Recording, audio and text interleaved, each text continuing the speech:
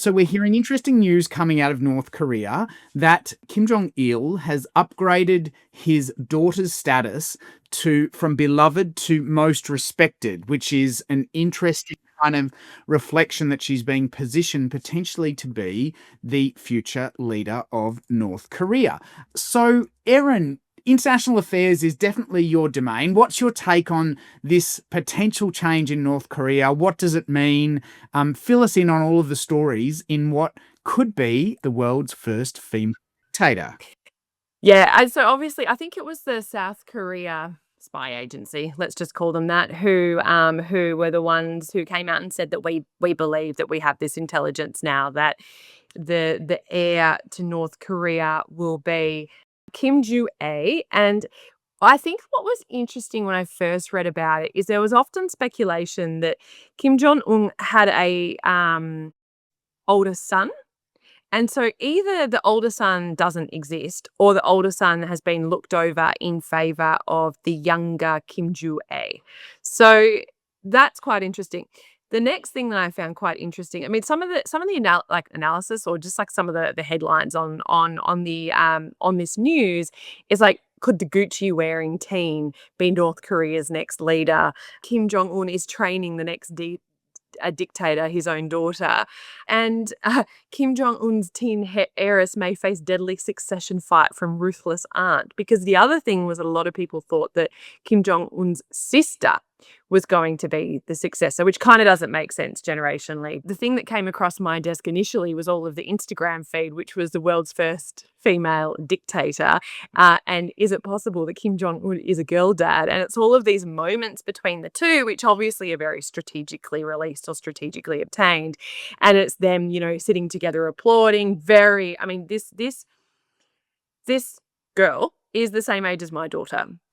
And She's this 13, girl is give or take, isn't she? 13. Yeah. My daughter's turning 13 this year.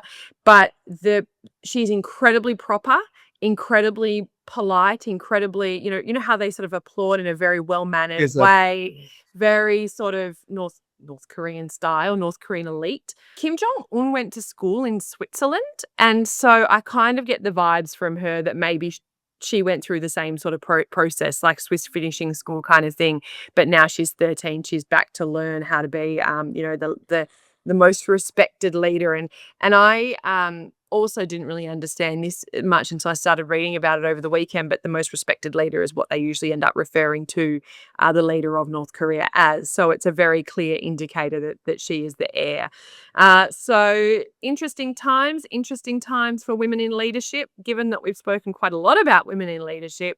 At the end of the day, I used to talk about this a lot with my international politics students in places like Melbourne University when I used to teach at university. Is the fact that you have a female leader a good thing just inherently? And that's, there are women in history and politics who I would argue haven't been great leaders as well. Have you read much about this, Neil? Look, it's an interesting one. I've got some curious facts over North Korea, and then I'll dive into my reflections over women in leadership. Actually, no, I'll do it the other way around. So my experience, I spent probably give or take about a year living and working in Rwanda, probably about 12 years ago, doing some work around post-genocide recovery programs for women and girls. So this was obviously as a result of the Rwandan genocide. You had a population bubble that occurred because more men than women were killed during the genocide. And so obviously when you came through the other side, not only did you have a difference between the percentage of men and women, but you also had a large number of children who were born of sort of the conflict, both through sort of rape and planned and sort of some of the demographic issues around that. And the leader of Rwanda, who I have tremendous respect for, who's modeled Rwanda largely on Singapore, has a very strong pro-female bent. So his logic was no country with a female leader has ever had a civil war. No country with a female leader has had an international law war.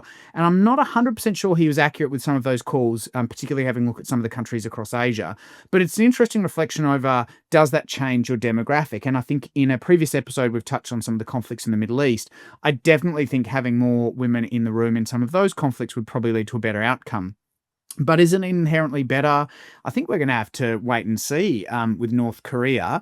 And North Korea is definitely an interesting country. Some fast facts and figures or quirks over North Korea. They have their own time zone. They're 2 inches shorter than South Korea, obviously because of the food differences. Less than 5% of their roads are paved. But they do have the largest stadium in the world. 150,000 people can fit in a stadium just outside of Pyongyang, its capital. And there's 71 public holidays, including multiple celebrations for various iterations of the Kim family. And they have lots of statues of all of them sort of sitting and hanging around North Korea. So definitely a really interesting country.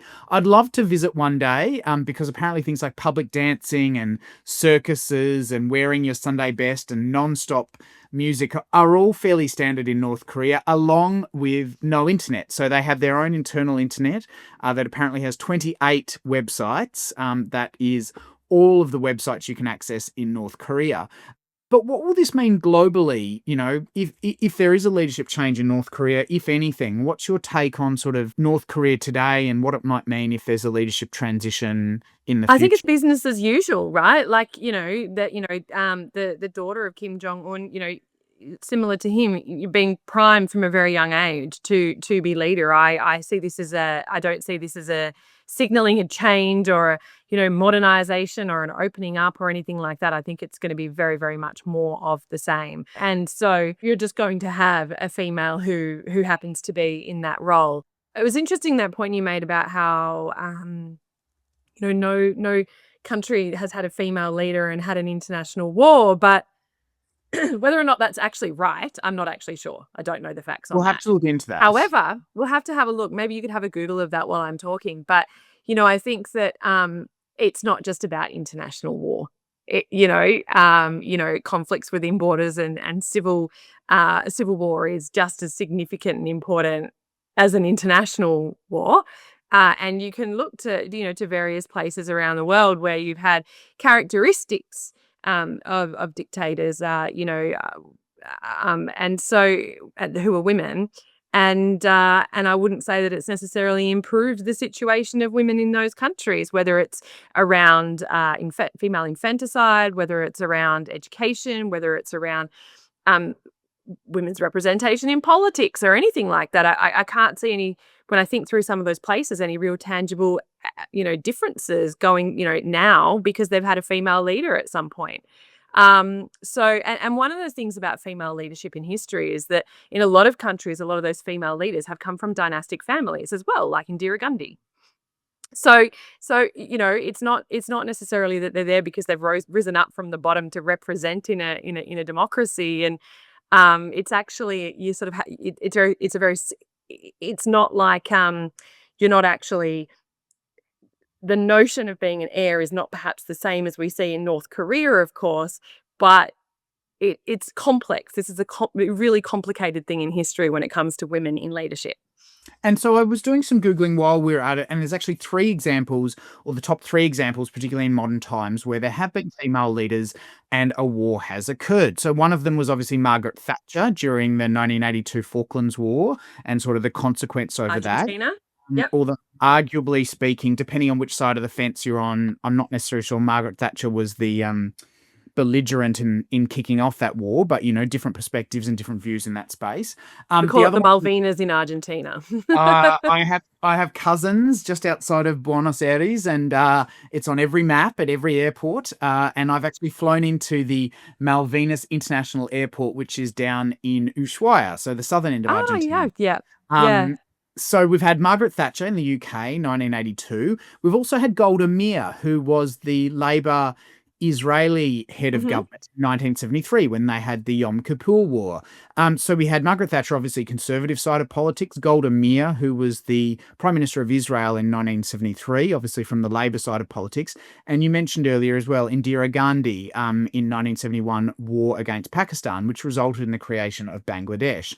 So, we have had some historical instances where women have even been involved in sort of violence on both sides of the sort of left-right divide. Obviously, Gandhi and Mia leaning to the left, Thatcher leaning to the right. And then historical times, all sorts of issues. Queen Isabella of Spain liked to have lots of wars, and I'm sure, historical monarchs of Europe have done so as Mm. well. Can But I is there just yeah, go on. You go, I was Neil. no. Is there anything for Australia though with North Korea? How's our relations with North Korea? What's our Not great. connections? Is there anything in this other than sort of the curiosity that we might be seeing a dynasty in North Korea change the gender of their leader?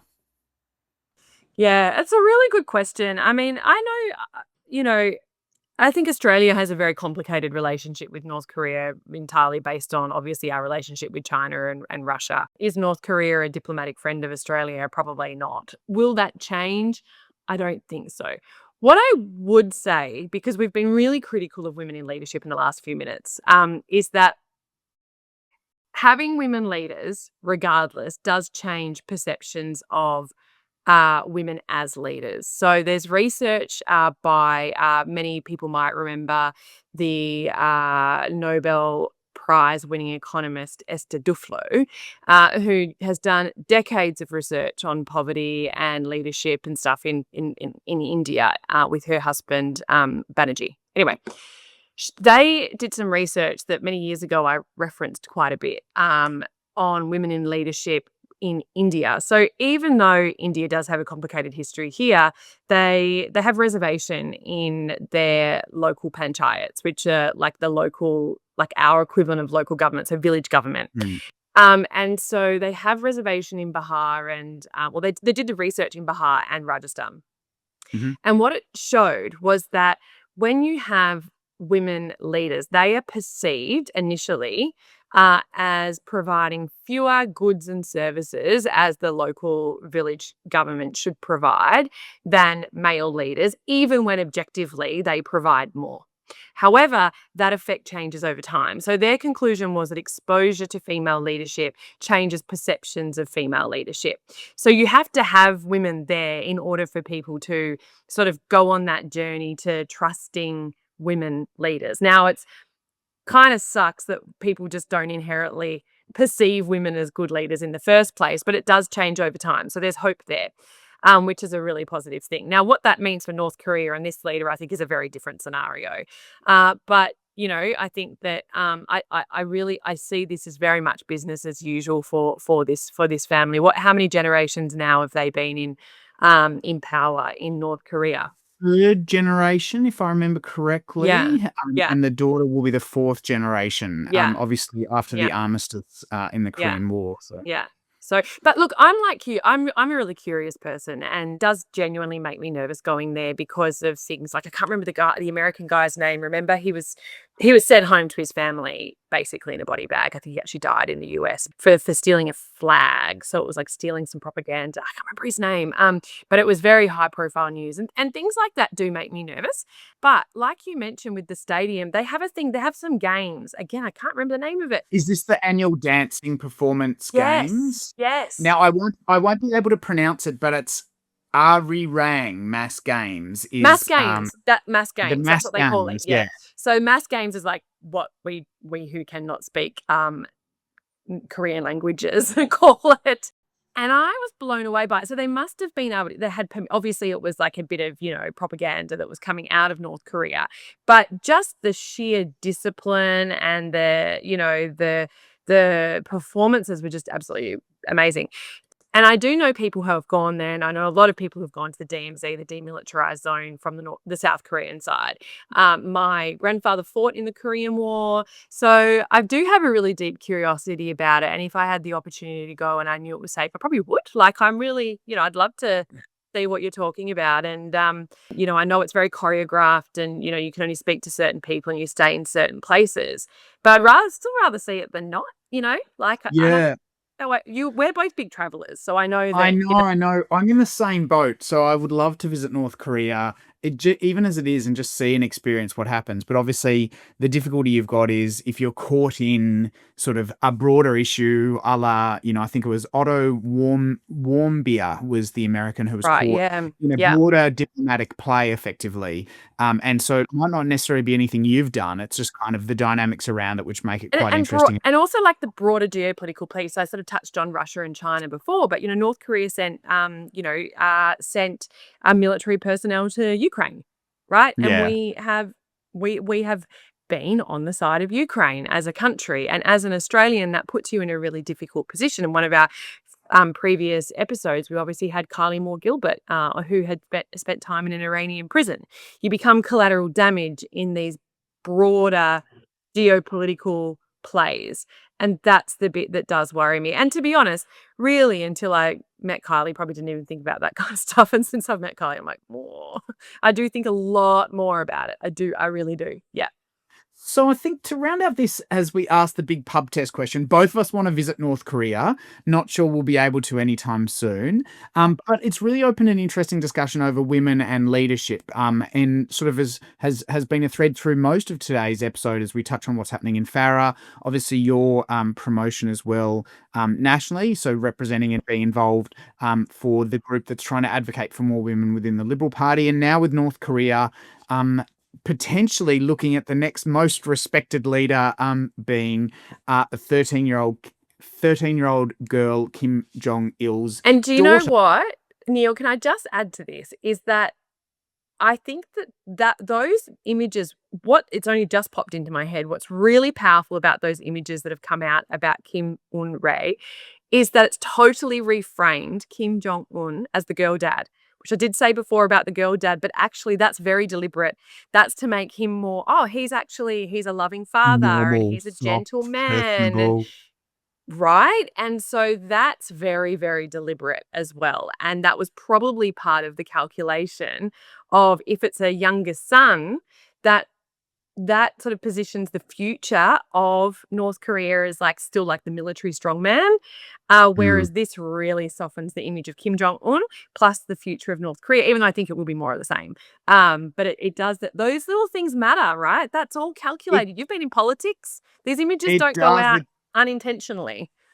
It does indeed, and particularly in North Korea, where it's Yes. all about sort of the show and the dynamics around it. So, both of us do want to visit North Korea, and potentially a softening of the North Korean leader. Would you be up for a beer with him, and or the daughter in North Korea? Well, she's 13, so I'm not going to offer her a beer. So let's just no alcohol there. I don't even know what the national alcoholic drink is. I was going to say, what? Because does Korea. Kim Jong Un drink beer, or does he drink something else?